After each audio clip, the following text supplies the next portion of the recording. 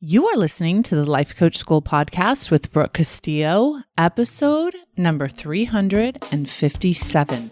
Welcome to the Life Coach School podcast, where it's all about real clients, real problems, and real coaching. And now, your host, Master Coach Instructor, Brooke Castillo. Hello, my friends. We have been having some fun in Scholars. My boyfriend and I taught a class last week. We didn't actually teach a class. We're doing what we call conversations about relationships. So we're doing a series of calls in Scholars where we're basically having back and forth conversations. And during these conversations, we are answering any questions that anyone has of us and our relationship and what's it been like for us since we started dating and what it was like for us to get divorced and in between divorce and dating. And this week we're going to talk about dating, and we have like a whole series of topics that we're going to be talking about, one of which is the 90-day relationship, which is a concept that I created in my mind basically, and that we did the first 3 months that we were dating each other. And it was so awesome and powerful that we've had so many people ask us about it that we want to teach it. We want to teach a class on it. So we're doing these conversations about relationships in Scholars to get your insights on relationships, to get your experiences on dating and being in new relationships and on divorce and on being married. And we want to create the 90-day relationship so you can go through this process with someone that you are currently in a relationship. You can do a reset and start this 90-day process with them, or with someone that you're newly dating, or use this process to find someone to date to have the 90-day relationship. I found my 90-day relationship on an app, on the Bumble app. And so we're going to talk about how I did that, how he did that, how we were on the apps, the dating. We're going to talk about all the things. So it's fun. It's exciting. We're talking, just having conversations right now, getting input from everyone, loving it. One of the things that we did, because there were so many people on the call and so many questions, is we printed out all the questions and went through each of them. And we're just having the time of our lives. We're having so much fun. It's so exciting to be able to do this kind of work and just love it so much. And so as we're reading through the questions, one of the questions that came up the most is, Brooke, why did you get a divorce? And the curiosity around my choice to get a divorce. And even though I've explained it on the podcast, and I'm going to, obviously explain it and answer that question as many times as I need to within Scholars, people seem to be very unsatisfied with my answer. And so I wanted to address it in a podcast. My answer is because I wanted to. I got a divorce because I wanted to get a divorce. Why is that hard to accept for people? I've been thinking a lot about it. I've been thinking about, why is it hard for other people to hear that I did something very significant, very life-altering to me and to my family because I wanted to. And I think that it reveals so many of the issues that we deal with in life coaching, and that we deal with in our lives, and that we deal with in society. Right? Is like truly understanding what it is we really want, liking our reasons for wanting those things, and then living our lives authentically based on those things. What if you did not care what anyone else thought of you? Now, this doesn't mean that you don't care about other people's feelings, that you don't have values, that you don't have empathy, that you don't have ethics, and that you don't love people. In fact, it's the complete opposite. My philosophy on relationships, what I teach, what I believe, it has not changed at all, is that you should not leave a relationship because you're unhappy in that relationship, thinking that a different relationship will make you happy. Relationships do not make us unhappy or happy. It is not your relationship's job to make you happy. So if you leave a relationship hoping that that relationship is causing your unhappiness and that a different one will cause your happiness, you are going to be disappointed. Always recommend you stay in a relationship long enough to be happy. And then the question I get next is usually, well, if you're happy in a relationship, why would you leave it? And my answer has always been simply because you want to. If the reason you're in or out of a relationship is not so it can make you happy or unhappy, then you get to be in or out of a relationship simply because you want to.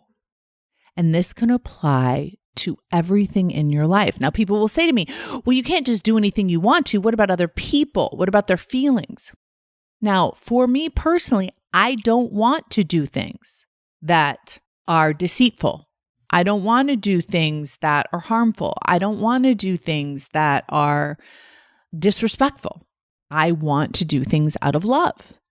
And I want to make decisions in my own life out of growth and out of excitement and out of pursuing the best life that I can possibly pursue. And I want to live my life on my terms without guessing what other people will think of me and trying to please them. So if I'm in a relationship and I'm unhappy and I'm having urges and I'm trying to solve that by leaving, I'm probably going to be very unhappy as I leave. But if I'm in a relationship and I can be happy in that relationship and I have found my way to happiness within that relationship, from that place, I can decide to stay or leave knowing that I will be happy either way. This is exactly what happened in my marriage to Chris. I was happy in my marriage to Chris. I know so many of you want there to be gossip. You want there to be tragedy. You want there to be deceit. There was none. I loved Chris with all my heart. I still love him with all of my heart. We still love each other. We still love our children. We still love our family. We did not deceive each other. We did not hurt each other. There was no one else involved. There was no fighting or arguments or seething or complaining or hating. There was nothing like that. We talked many hours for long times about our relationship and what we wanted. We went to therapy and talked to a therapist. We talked to each other. We wrote down our dreams. We did all of the things. And I left because I wanted to. And Chris wanted to be with someone who wanted to be with him, of course. That is the beauty of that decision for us. I left because I wanted to leave. That is reason enough. I left with love. I left with respect. I left with knowing in my heart that it was a difficult and challenging decision for me because of the effect that it would have on my kids. But I did it because I wanted to do it. And people will say, well, that is very selfish of you. And I agree in the sense that it's a decision I made for myself, but I also think it is my job as my kid's mother to be the best version of myself for them. And so in that case, I don't think it was selfish. I think it was providing my children with the best version of a mother that I could possibly do. And the most authentic relationship that I could have with Chris was one where we weren't married anymore. There's nothing else there. I know some of you are trying to find it. You're trying to explain it. You're trying to judge it. You're trying to gossip about it. Sorry to disappoint. There's nothing there. It's simply something that I wanted to do. And I've had people say to me, well, if you were happy and you worked on it, shouldn't you have stayed? You should have stayed. And I'm open to that. I'm open to other people's opinions. I'm open to other people's ideas and religions and beliefs about marriage and what should happen. I just don't live my life based on other people's opinions. I don't let other people's judgments of me determine the trajectory of my life. Why aren't you drinking alcohol? Because I don't want to. Why aren't you getting married? Because I don't want to. Why aren't you going to college? Because I don't want to. Why are you making so much money? Because I want to. Why are you dating this person? Because I want to. Why are you talking about this publicly? Because I want to. It's a full, complete sentence. You need to offer no further explanation. I talked about this previously, but I want to talk about it again here. When I made the statement that I wanted my company to make $100 million, people wanted me to explain myself, justify that amount of money. They wanted me to talk about all of the good that I would do with it, that I would give to charity and hire women and serve the world. And all of those things were true. But I don't need to justify anything. I want to make $100 million because I want to. I want something because I want it, and that is enough. And in my life, I evaluate my reasons for everything that I want before I make a decision. I recognize that there are consequences, and I make sure that the consequences of my decisions serve my authentic life, that they're worth it for me and for my growth and for my values, and that I could do it from love, and that I could respect the people in my life and love them in the hardest, deepest way, and that I could do it with honesty. I didn't want to stay in a marriage and keep working on happiness if I rather would not be in that marriage. I wanted to get to the point where I knew I could be happy either way. And from that place, I could make the most authentic decision for myself because I wasn't telling myself that I would be happier somewhere else. I didn't know that I would be. No idea. I hadn't been single for 22 years, 25 years I hadn't been single. I had no idea what that would be like, but I wanted to make that choice for my growth simply because I wanted to. And I want to give you all permission to do the same thing. I did not realize what a catastrophe it is for people not deciding to do things they want to do because they're so afraid of other people's opinions. And I'm so surprised at how many people have an opinion about what I do with my life. They want an explanation. They say, you can't possibly have been happy. You can't possibly have loved your husband and left him. But you're wrong. It's exactly what happened. It's exactly what I did. I was very happy, very in love with my husband, and I decided to leave. And that's it, because I wanted to. And I did it on my terms, and I did it in a way that I'm proud of and that I feel was authentic and true. You can do whatever it is you want in your life because you want to. You don't need to justify yourself. You don't need to explain yourself. You want to leave a job, you want to start a job, you want to start a business, you want to change the color of your hair, you want to lose weight, you want to gain weight, you don't want to lose weight, you do not have to explain yourself. Because I want to is a complete sentence. You do not have to justify your decisions to anyone but yourself. Please hear me. So many clients come to me and they want permission to do their dreams. They want permission to live their lives on their own terms. Permission granted. You are a grown-ass adult. Make choices based on what you want, and let that be reason enough. Do not feel pressure to justify or to tell yourself you don't have a good enough reason to do the thing that you want to do. A good enough reason is I want to. And when you feel that deep inside of you, you will make decisions from that place. So I want you to ask yourself these questions. This will really help with the work of deciding what you truly want, honoring it, and doing decisions based on that. So many of us are not doing what we want because of what we think other people will think about us. And some of us don't even know who those other people are. So ask yourself this question. What is it you want other people to think about you, and why? You want them to think you're a good mom, a good wife, a good person. Here's what happens when we try to control what other people think. I've coached hundreds of people on this who are living lies. They're in marriages they don't want to be in, cheating on their spouses, not participating in the marriage because they want other people to think they're good people.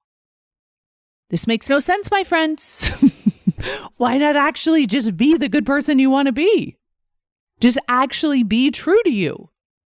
Don't pretend to be something that you aren't. Unless that's a decision that you want to make on purpose and you feel good about it and you want to do that, then you can do that. But here's where we get into trouble, I think, is when we start pretending that we're other than we are. We start pretending that the truth is different than what it actually is because we want someone else to like us. We don't want other people to be disappointed in our decisions. We don't want other people to be influenced by our decision in a way that's negative, that requires them to have a negative opinion of us. And so we end up living our lives for other people's opinions. So ask yourself, what is it you want these other people to think about you? And do you think that about yourself? Is it true? Do you want to believe that about yourself? And is it okay if those things aren't true? Is it okay if you're not as good of a person, as loyal of a person, as married of a person, as consistent as a person as other people think you are? How many of you are pretending to be happier than you are? Pretending to be more successful than you are? Pretending to be more married than you are? Pretending to eat less than you normally do in front of other people? It goes on and on and on. If you knew what you wanted those other people to think of you, you could ask yourself why. Why do you want them to think that of you? And it's because of how you think it'll make you feel. But what I want to tell you is how other people think of you does not determine how you feel. Their thoughts don't determine your feelings. Your thoughts determine your feelings. And at the end of the day, you're living your life. I'd rather live an authentic life based on me doing what I want to do and have someone else have a negative opinion of me than me living a lie trying to control other people's opinions of me. Other people making judgments of me. And I want to give you the same freedom to do those same things for you, doing things just because you simply want to. The next question is, what happens when someone has a negative opinion about you? You either believe them or you don't. When someone has a negative opinion about you, it tells us about them, doesn't it? It doesn't tell us anything about you. It tells you what they believe. And third question is, what if you let people be wrong about you? Allow them to have their opinions. Let them not like you. So the first question is, you're trying to understand, what is it you want other people to think about you? What do you want them to believe about you and why? And then the third question is, what if you let them be wrong about you? Have a negative opinion about you and let them not like you, whether it's based on a lie or the truth. Some people aren't going to like you living your authentic life, and some people are going to have an opinion about you that isn't true. Will you be able to stay in your authenticity regardless of what other people think about you? Now, for many of you, this is just your family or your immediate community. For some of you who are growing businesses and having a presence in the world and being more public with your lives, this could be hundreds or thousands of people that are having opinions of you. Can you hold space for yourself to live a life that you want to live regardless of whether they like you or not, regardless of whether they know the truth about you or not? Can you allow them to have their opinion? Because when you give yourself that gift of not caring what other people's opinions are of you, then you can focus on your opinion of you. And I will tell you, with the hundreds of people that I have been coaching, the main issue I see with most of them is their opinion of themselves is so low. They're so busy trying to control the world's opinion of them that they have no respect for themselves.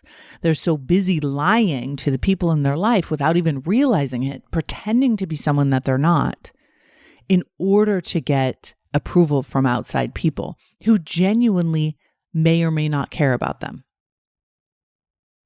So ask yourself, what is it that you really want? And what will people think of you if they know that? And that is your work. When someone asks you, why are you doing what you do with your life? You tell them, because I want to. That is why. And that is reason enough. This is my life and I get to do what I want. There doesn't have to be a horrible, negative, awful reason for me to get a divorce. It can be a good reason. It can be a positive reason. In my world, it may be different for someone else, and that's okay. But in my world, that's how it is. And I will live into that and tell the truth about that, because I would rather walk the world alone in truth than live in a prison of lies. And I want to offer that to you. It takes much more courage to live in your truth, to be your truth, to walk in the world telling the truth with your life, than it is to hide in a cave and pretend to be someone that you're not. Why are you living the way you are living? Because you want to. That's it. First, you have to know what it is you want, and then you have to live into that on purpose with zero apologies, with zero F's given up to what other people think. And I want to end with saying this. It's important for you to do what you want and give other people freedom to believe and to do what they want. If you are judging other people for how they're living their lives, it's usually a projection. It's usually you judging them because of your own life, because you're not living in a way that maybe you want to be living. So I want to encourage you, if you feel like, and this could be judging like movie stars, this could be judging people you don't know, this could be judging politicians, doesn't matter. Like, look at your own judgments and pull them back to you and ask yourself, are you living the most courageous, authentic life that you could possibly be living simply because you want to? Because I believe when we follow our truest desires, when we honor our own values, when we do things because we know it'll bring more love into the world and more love into our lives, that's when we evolve, and that's when we have the most genuine life. It doesn't mean you're going to have the happiest life. You're always going to be on that 50-50 trajectory. But you can step into a life that feels true, where you have no secrets and you have nothing to hide. It is true freedom. No explanation needed. Because I want to. Have a beautiful week, everyone. Talk to you soon. Bye. Hey, if you enjoy listening to this podcast, you have to come check out Self-Coaching Scholars. It's my monthly coaching program where we take all this material and we apply it. We take it to the next level and we study it. Join me over at thelifecoachschool.com/join. Make sure you type in the lifecoachschool.com/join. I'd love to have you join me in Self-Coaching Scholars. See you there.